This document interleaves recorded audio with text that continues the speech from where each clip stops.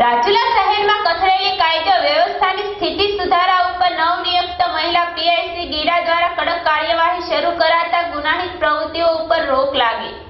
મહિલા પીઆઈસી ઇન્દુબા ગીડા અને police staff દ્વારા શહેરના માર્ગો ઉપર ફૂટ પેટ્રોલિંગ હાથ ધરાયું। શહેરમાં આડેધડ વાહનો પાર્ક ના કરવા માટે વેપારીઓ અને વાહન ચાલકોને કડક સૂચનાઓ આપવામાં આવી।